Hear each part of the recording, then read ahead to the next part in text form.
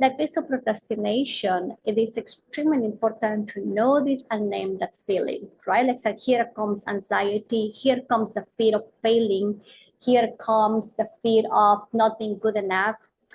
And what is also important is to catch those rules or those reasons that the mind is coming up with about the task that actually prolong the motion. So, for example, if I have to write a report or an essay or a chapter for a book, and when I think about this book, I think, gosh, I'm not going to finish this. It's going to be really bad. No one is going to read this book. And then my mind thinks, well, Patricia, you have time. The deadline is in January. And actually, you need to read other 50 research papers before you start writing. So those are the reasons that my mind tells me that all what they're going to do is help me to feel better and also help me to make an impulsive decision, right?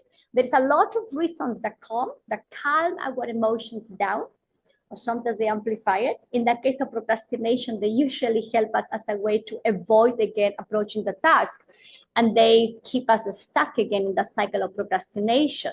So it is important to notice and name the feeling, the sensations, acknowledge and expect they are going to show up. And it's also important to ask yourself, what are the reasons and rules that my mind is coming up with about this task?